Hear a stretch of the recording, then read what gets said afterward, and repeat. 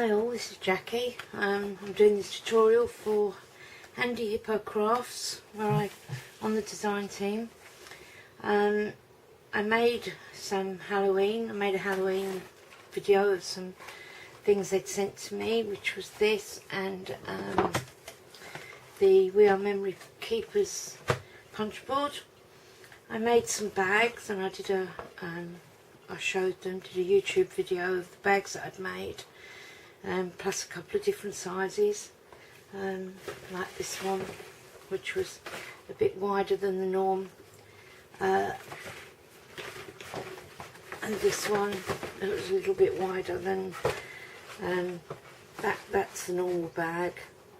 That was the one I made to make a longer. So they were what I made, and Edie, the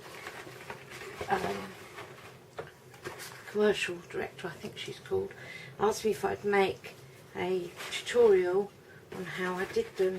There are a few tubes around for how, but I do mine slightly different, although there's probably one out there that does them the same, but I haven't seen it. Anyway, I started, this is one I made earlier, and this is one that I've decorated up. It's just a plain one for with the handles. Made a little gift card with some of the excess card, and that's what we were making. You can also make bags up to this size, which are like 10 inches tall, and they lip inside. I haven't finished this yet, but I will. Really nice to put books, CDs in, whatever. And I've shown another, I've made something else which I'll show you in a little while. Anyway, to start with, I'm using Graphic 45 botanical tea papers. I think they're available on the website. Most Graphic 45 papers are available there. They're my favourite love, so which is how I come to find Handy Hippos. You need 2 sheets of 12 by 12 for this project. So, and your first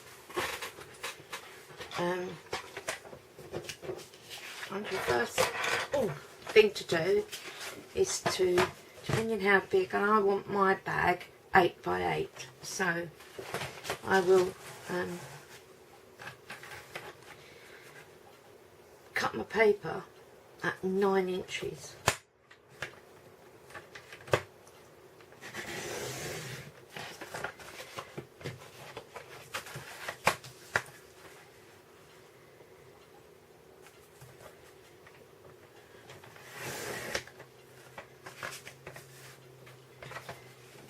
So I've cut my paper 9 inches square, and you need 2 pieces. That's the reason for wanting 2 sheets of 12 by 12. You can use paper, you can use anything really, but all I say is when you use a thinner paper, be very careful when you're scoring, because the grooves I have found on the punch board are quite a bit, not quite a bit, but a bit deeper than the normal scoreboard. Anyway, I've done that, and now what you have to do is you get that that way. You score at ½ inch on each side. That's ½ inch each side of that 9 by 9.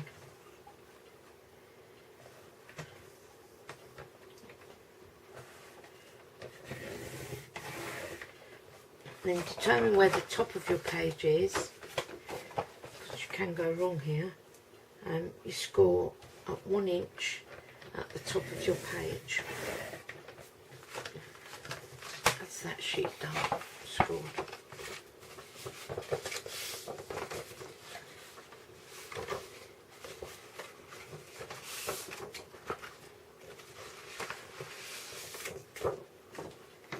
One piece. So that's, again we do a second piece, 1/2 inch at the side, 1 inch at the top,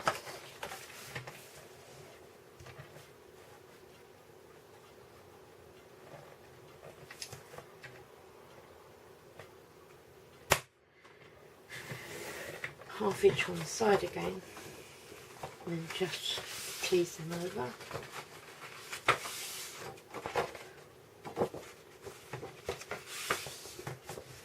That's your second piece.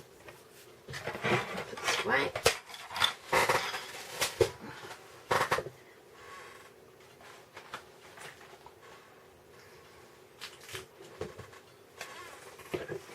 And bring in your punch board. And with this you get your, sorry but I've just been using it, so that is your punch board. I keep mine in there all the time because I'm terrible. One thing I forgot, these need to also, your side pieces, if you've cut them the way I cut, you'll find you'll be left with the 2 9-inch pieces. I forgot. I need to score those also.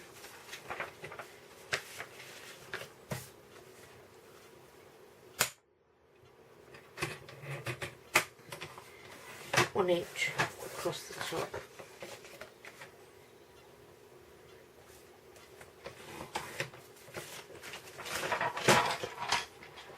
Sorry about that. Just give them a little crease. Just so you know where the creases are. Right. Yeeks! Forgot something else, guys. Sorry. What you also need to do with these 2 pieces is cut them so that they're 2 inches wide.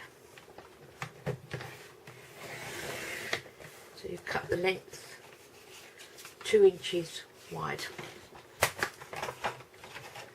Sorry about that. Forget my head if it wasn't screwed on right. My mother was used to that. That's there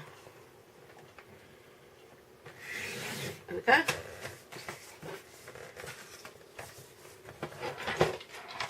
So you've got 4 pieces. You've got your 2 gussets and your 2 main parts of your bag.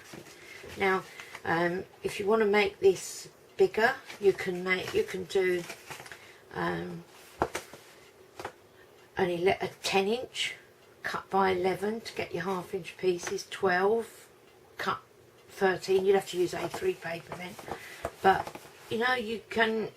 The bag is only as big as you want to do your, but usually bags for gift bags are small like that, or a bigger bag, maybe a longer one for putting books in, or don't usually go much past 10-inch wide, I wouldn't have thought, which you'd have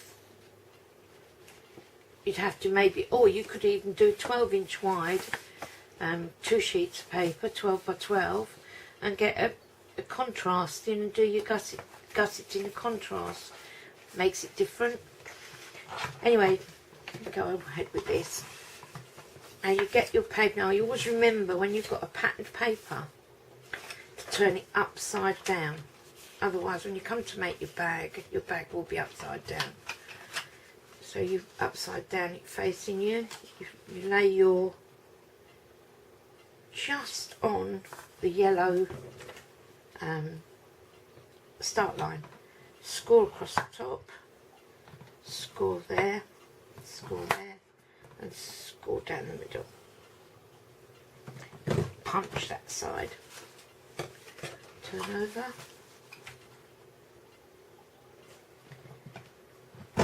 punch that side, and then line up directly between the 2. Score to marry up your score line, which is like that. That's your first piece done. Your second piece, once again, remember upside down, just up to the line. Don't go over it, otherwise you'll get an edge on your edge of your bag. Punch, score across the top, down there, down there and down the centre. Turn over.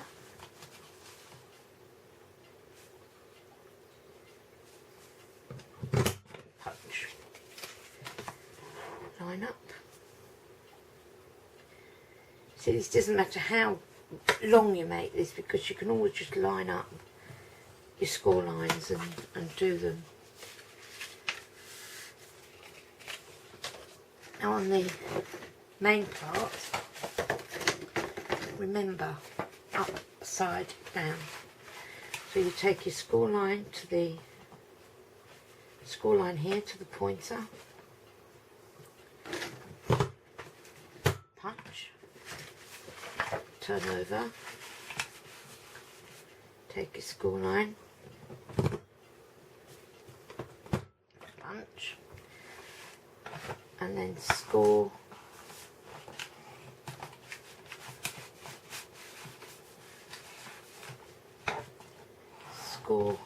so I have paper in there.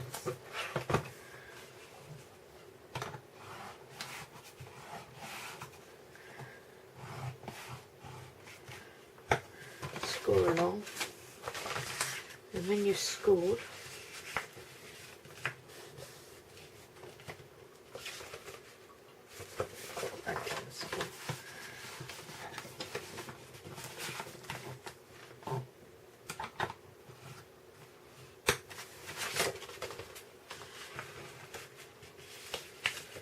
score right along your score line and cut these little tabs off because you don't need them. So, release the paper from there.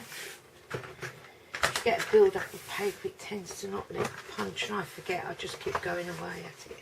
Anyway, upside down again, score line, punch. We'll do this first, like I should have done. Go along there.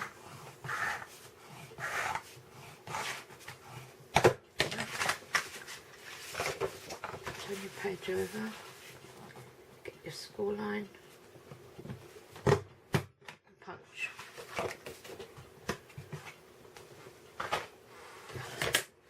Cut your piece off.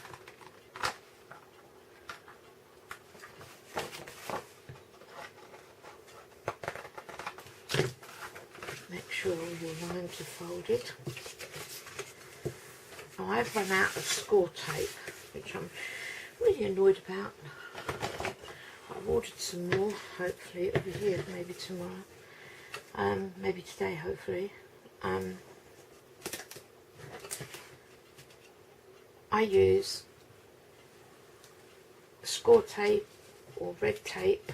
I don't usually use this cheap stuff because it drives me nuts, apart from the fact that after a while it comes back unstuck.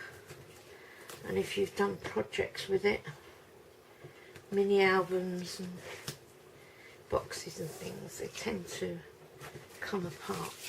Or if you do scrapbook pages like I do, things fall off.